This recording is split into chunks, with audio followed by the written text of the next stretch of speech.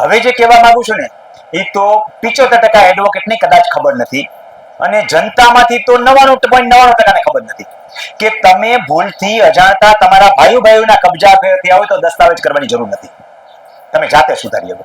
આપણે કહીએ છીએ ને સરકારે કરેલી ભૂલ સરકાર સુધારી, મેં તમને સુધારતા શીખવાડી.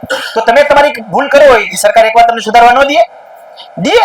માનો કે અમે ભાગ પડ્યા છે, આ ખેતર છે આખું, આમ કઈ નામ ખેતર છે, અમે બે આમ ભાગ પડ્યા, હવે રસ્તો નીકળો અમારે આમ ભાગ કરવા છે, કરી નાખો.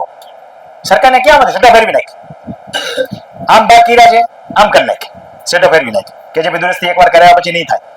હવે ભૂલથી જુદું થયું છે. એક બેન 3 ભાઈઓ અમે છીએ. આ ભાઈ આગળ બેઠા છે, આ બીજા નંબરમાં છે, હું અહીં છું. એને બદલે મારું વચ્ચે આવી ગયું છે. ખરેખર હું છું અહીંયા. આને જ કબજા ફેર કહેવાય ને. કાંઈ ચિંતા કરવાની જરૂર નથી. હાથ નંબર બાજુમાં રાખો. એન્ટ્રી એવી રીતે નાખી જાઓ 1, 2, 3 ની કે ક્ષેત્રફળની બદલે સમજી લો ક્ષેત્રફળ નહીં રહેશે. કબજો તમારો આમથી આમ છે ને શાર્ટ થઈ જાય. ચતુર્સીમાં હાચી નાખી દો. કબજો બનશે તો ચતુર્સીમાં ના આધારે ને. માનો કે આનો છે અહીંયા, આ અહીંયા છે ને હું અહીંયા છું. ચતુર્સીમાં નાખતી વખતે મારે આને આને આને મને બેને ઉગમણા તમને પડોશી દેખાડી દેવાના. સમજાઈ ગયું? ચતુર્સીમાં હાચી નાખી દો. ઓટોમેટિક કેજીબી દુરસ્તીમાં હાચી નોંધાય. અને આ બાકાયદા છે.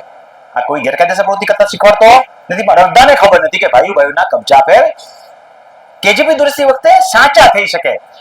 એટલે ખેતરમાં જમીનમાં ખાડા પડી ગયા હોય તો થાળે પડી જાય છે કે નથી પડતી એની મળે? હે થાળે પડી કઈ ના પડે જમીનને? ઓટોમેટિક જમીન થાળે પડી જાય 2 વરસાદ થાય એટલે. તો આ થાળે પડી જાય, થાળે પાડતા આવડવું જોઈએ. થાળે પડી જાય કે નથી પડી જતો? છેલ્લા મોસમ આપણે વ્યવસ્થિત લીધા રાખીએ 2-3 વર્ષે થાળે પડી જાય. તો આપણી જમીન છે, આપણે હાથે આમ કબજા ફેર કર્યા છે, એ સરખા થઈ ગઈ. ઉઠીને જવાનું વાત નથી કરતો હોય તો આને કૂવો ગાર્યો હોય, આને જમીનમાં માવજત કરી હોય તો ઉઠીને તો ન જાય ને અહીંથી માં. હાથ નંબર હરખું થવું જોઈએ તો એ થઈ જાય. તો કેજીબી દુરસ્તી વખતે બરાબર યાદ રાખજો, હિસ્સામાં આપણી વખતે ચતુર્સીમાં વ્યવસ્થિત નાખો.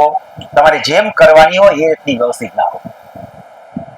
એટલે તમારો કઈ કબજા ફેર જેવો લોચો હશે તો એ સરખો થઈ જશે વગર દસ્તાવેજે 1 રૂપિયાનો ખર્ચ કર્યા વગર. આની માહિતીની બહુ ઓછાને ખબર છે.